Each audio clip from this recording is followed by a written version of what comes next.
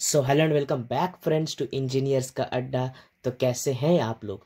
तो आज मैं आप लोगों के लिए लेकर आ चुका हूँ आर्टिफिशियल इंटेलिजेंस प्लेलिस्ट के ऊपर आखिरी वीडियो, यानी कि आर्टिफिशियल इंटेलिजेंस प्लेलिस्ट की आखिरी वीडियो जिसका नाम है डैम्पस्टर-सैफर थ्योरी। ये यूट्यूब पे आप लोग को बहुत ही कम जगह पर मिलेगा, और मिलेगा भी तो अच्छे से एक्सप्लेन किया हुआ नहीं मिलेगा। लेकिन मैं आज आप लोगों के लिए लेकर आ चुका हूँ विथ नोट्स। ये डैम्पस्टर-सैफर थ्योरी को मैं आप लोग को लाइन बाय लाइन एक्सप्लेन करूंगा, फिर एक एग्जाम्पल भी दूंगा कि ये क्या है क्या नहीं है, जिससे कि आप लोग का कॉन्सेप्ट पूरा क्लियर हो जाएगा। तो अगर आप लोग मेरे चैनल में पहली बार आए हैं तो चैनल को सब्सक्राइब कीजिएगा, इस वीडियो को लाइक कीजिएगा और अपने फ्रेंड्स के साथ शेयर कीजिएगा। तो चलिए we roll into our intro.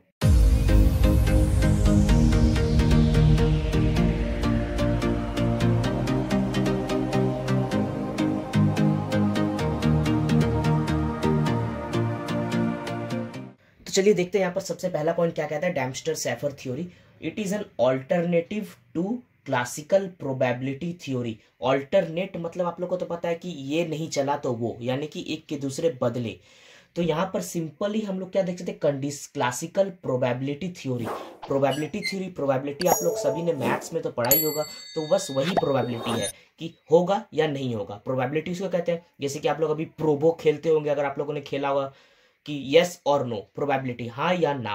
तो मतलब कि एक तरह से डैम्पस्टर-सैफर थ्योरी ये क्या है, प्रोबेबिलिटी थ्योरी है। मतलब कि ये हम लोग को बताता है कि कोई चीज़ किसी को बिलोंग करती है या नहीं करती है, क्या होने के चांसेस है या नहीं है, कल बारिश होगी या नहीं। इस चीज़ को पता करने के लिए हम लोग डैम्पस्टर-सैफर थ्योरी का इस्तेमाल करते हैं। इतना दूर क्लियर है। इसके बाद हम लोग क्या देखते हैं, it helps in dealing with uncertainty and incomplete information. जैसे कि मैंने कहा अनसर्टिनिटी, जहां पर सर्टिनिटी नहीं है, मतलब कि हम लोग को कुछ नहीं पता क्या होने वाला है, कल बारिश होगी या नहीं, हम लोग को नहीं पता, वी आर नॉट सर्टेन। तो वहां पर हम लोग क्या यूज करते हैं, डैम्पस्टर-सैफर थ्योरी। और जहां पर इनकम्प्लीट इंफॉर्मेशन हो, जी बिल्कुल, कल बारिश होगी या नहीं, इसमें इंफॉर्मेशन कंप्लीट है ही नहीं, कभी भी रुख बदल सकता है बादल का, कभी भी कुछ भी हो सकता है, बिन मौसम बरसात हो सकती है, तो इंफॉर्मेशन कभी भी कंप्लीट नहीं है हमारे पास। तो उसी को कहता है ये helps in dealing with uncertainty and incomplete information. फिर अगला पॉइंट जो कहता है एडवांसमेंट ऑफ सीपीटी। सीपीटी यानी क्लासिकल प्रोबेबिलिटी थ्योरी। एडवांसमेंट मतलब कि क्लासिकल प्रोबेबिलिटी थ्योरी जो था, ये उसका भी एक कदम आगे है, उसका भी एडवांसमेंट है। मतलब कि उसमें हो सकता है कुछ गलती हो, आज तक तो हमें कुछ गलती मिला नहीं है, लेकिन हो सकता है कि कहीं कहीं कोई ऐसा फील्ड हो जहां पर ये काम ना करे, यहाँ पर वो फेल हो जाए, वहां पर हम लोग यूज कर सकते हैं डैम्पस्टर-सैफर थ्योरी। इसका काम तो करेगा, क्लासिकल वाला तो काम करेगा, लेकिन उससे एक कदम और भी आगे काम करेगा, जहां ये काम नहीं करेगा वहां ये काम कर जाएगा। और लास्ट पॉइंट क्या है, works on more deeper knowledge. मतलब कि ये डीप नॉलेज पे काम करता है। मोर, मोर यानी कि किसके रेस्पेक्टिव में मोर, क्लासिकल प्रोबेबिलिटी थ्योरी के रेस्पेक्टिव में मोर, कि उससे ज्यादा डीपर नॉलेज पे काम करता है। मतलब कि ये ज्यादा इंफॉर्मेशन एज एन इनपुट ले सकता है, इसके पास कैपेसिटी है इनपुट लेने की। तो अब देखते हैं, हम लोग याद करते हैं क्लासिकल प्रोबेबिलिटी थ्योरी क्या कहता था। हम लोग का कुछ इस टाइप से था formula, probability of A slash B is equal to probability of B slash A dot P of A divided by P of B. इसको हम लोग कैसे बोलते थे, एज एन मीन्स लैंग्वेज में कैसे कहते थे, probability of A when B is given. हम लोग को फाइंड करना है कि ए का क्या प्रोबेबिलिटी है जब बी दिया हुआ है। तो ये हमारा फॉर्मूला होता था क्लासिकल प्रोबेबिलिटी थ्योरी में। अब सेम टू सेम कॉन्सेप्ट तो यही रहेगा, लेकिन इसमें हमारे चांस मीन्स ये चेंज हो जाएंगे, वर्ड्स चेंज हो जाएंगे। जैसे कि यहाँ पर डैम्पस्टर-सैफर थ्योरी में क्या आ जाएगा, पहला चेंज, पहला वर्ड क्या आएगा, बी पी ए, यानी कि बेसिक प्रोबेबिलिटी असाइनमेंट। क्या, basic probability assignment, basic probability assignment. यहाँ पर मैं पूरा नहीं लिख रहा हूँ, आप लोग टेंशन मत लीजिए। पूरा अगर आप लोग को चाहिए तो आप लोग मेरे नोट्स को देख लीजिएगा, नोट्स बिल्कुल फ्री है, डिस्क्रिप्शन बॉक्स में आप लोग को लिंक मिल जाएगा। तो अगर आप लोगों ने मेरी फजी लॉजिक वाली वीडियो देखी होगी तो आप लोग को पता होगा कि हर एक मीन्स इनपुट के साथ हम लोग क्या करते थे, कुछ वेट असाइन करते थे, जो कि बताता कि ये इनपुट कितना सच है।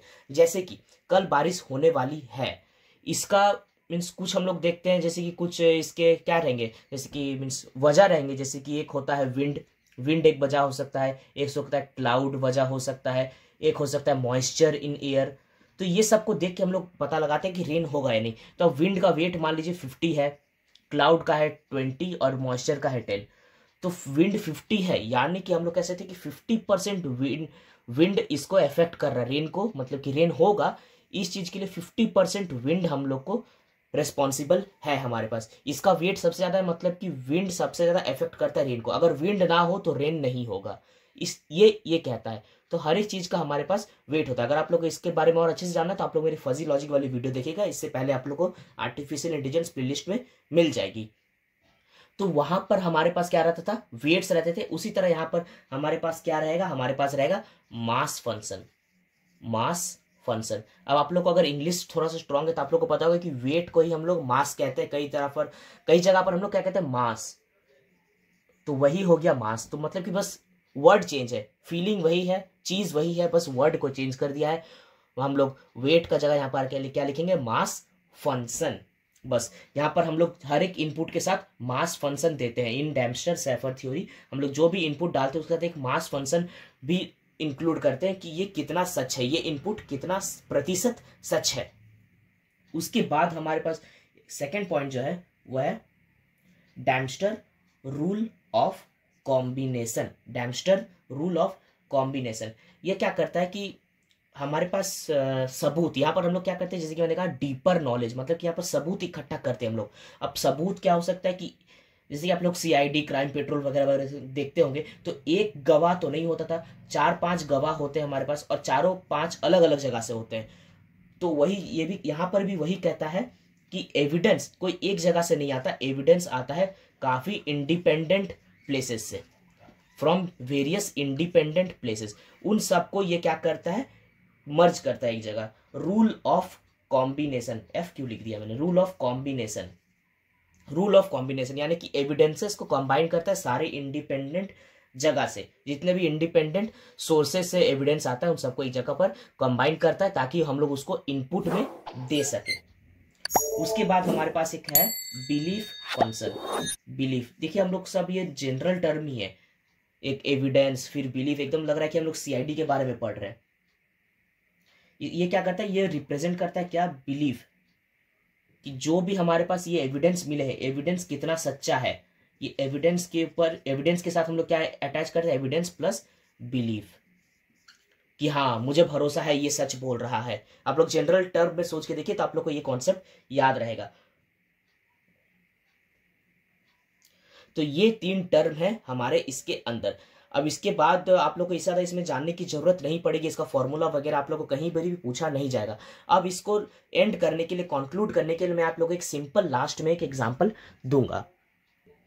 एग्जाम्पल को आप लोग अच्छे से समझिए, आप लोग का कॉन्सेप्ट टोटल क्लियर हो जाएगा कि मैं क्या कहना चाहता हूँ, ये क्या समझाना चाहता हूँ। अब मान लीजिए ये एक पार्क है और पार्क के अंदर एक बॉल मिला है गिरा हुआ, तो 2 लड़कों को ये बॉल मिला है। अब एक लड़का कह रहा है कि ये बॉल मेरा है और दूसरा कह रहा है कि नहीं ये मेरा है। अब पता कैसे चलेगा, अब हम लोग निकालेंगे प्रोबेबिलिटी कि इंसान 1 का है या इंसान 2 का है, कौन से मानव का, कौन से जीव का ये है बॉल आखिर। तो इसमें क्या कंडीशनल प्रोबेबिलिटी लगाएंगे तो हमारा सिंपल फॉर्मूला ये लगेगा कि बॉल किसका है।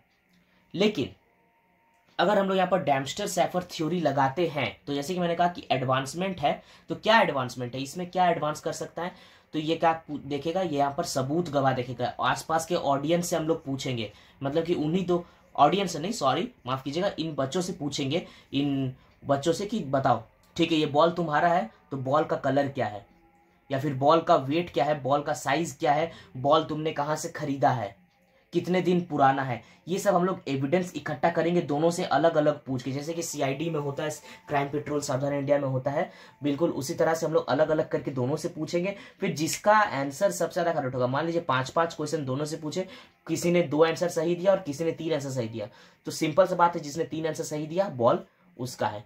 इस तरह से डैम्पस्टर-शेफर थ्योरी काम करता है। ये इन डेप्थ जाके डीपर नॉलेज यूज करके बताता है, जहां पर हम लोग क्या करते हैं, मास फंक्शन अप्लाई करते हैं, फिर ये कंबाइन करते हैं एविडेंसेस को, और फिर एक बिलीफ फंक्शन की ऑडियंस को, जो लोग वहां पर है पार्क में अंकल आंटी, वो लोग देख के बोल देंगे कि नहीं ये बच्चा झूठ बोल रहा है, ये बच्चा सच बोल रहा है। और इसमें भी जो हम लोग 5 क्वेश्चन पूछेंगे, हो सकता है एक मीन्स बॉल का जो कलर है, कलर तो एकदम एक्यूरेट बोलना चाहिए बच्चों को, कलर तो एकदम एक्यूरेट बोलेगा, भले वेट ना बोल सके, साइज ना बोल सके, लेकिन कलर में तो गलती नहीं हो सकती। तो कलर का जो वेट होगा, कलर का वेट होगा 1, यानी कि कलर अगर तुमने गलत बोल दिया मतलब तुम डायरेक्ट रिजेक्ट हो गए कि बॉल तुम्हारा है ही नहीं। बाकी दो में अगर तुम गड़बड़ कर सकते हो थोड़ा नेग्लिजिबल है, लेकिन इसका वेट 1 है, मतलब कि ये फुल में फुल मिलना चाहिए तुमको, 100 में 100 आना चाहिए। तो कलर जिसने सही बोल दिया बॉल उसका, और दोनों ने सही बोल दिया तो फिर हम लोग नेक्स्ट क्वेश्चन की ओर बढ़ेंगे। तो ये था समरी फ्रेंड्स पूरे डैम्स्टर शेफर थ्योरी का। मैं उम्मीद करता हूँ कि आप लोग को वीडियो पसंद आई। अगर पसंद आई तो वीडियो को लाइक कीजिएगा, अपने फ्रेंड्स के साथ शेयर कीजिएगा। और आर्टिफिशियल इंटेलिजेंस की पूरी प्लेलिस्ट मैंने कंप्लीट कर दी है। अगर आप लोग को इसके बाद भी कोई वीडियो चाहिए कोई टॉपिक पे, तो आप लोग कमेंट में ज़रूर बताइएगा कि आप लोग को किस टॉपिक पे वीडियो चाहिए। मैं उस टॉपिक पे वीडियो आप लोग के लिए बना दूंगा। और किसी भी टॉपिक का अगर आप लोग को नोट्स वगैरह चाहिए, आप लोग को नोट्स बनाना, तो आप लोग मुझे उसके लिए भी पिन कर सकते हैं कमेंट कि मुझे इस टॉपिक पे नोट्स चाहिए, या फिर ये नोट्स मुझे नहीं मिला है, तो मैं आप लोगों के लिए नोट्स भी प्रोवाइड कर दूंगा। और अगर आप लोगों ने अभी तक पूरी प्लेलिस्ट एक्सेस नहीं की है आर्टिफिशियल इंटेलिजेंस की, तो एक बार जरूर से जरूर प्लेलिस्ट को एक्सेस कर लीजिए, क्योंकि वीडियो आप ही लोग के लिए बनी है। आप लोग नहीं देखेंगे तो कौन देखेगा। तो मैं उम्मीद करता हूँ आप लोग को प्लेलिस्ट पसंद आएगी। बाकी प्लेलिस्ट भी बनी हुई है, और अब अगला देखते हैं कि कौन सा प्लेलिस्ट हम लोग स्टार्ट करते हैं नेक्स्ट। तो मिलता हूं दोस्तों अगले प्लेलिस्ट पे, जहां पर मैं और भी वीडियोस को डिस्कस करूंगा। Till then bye bye and take care friends.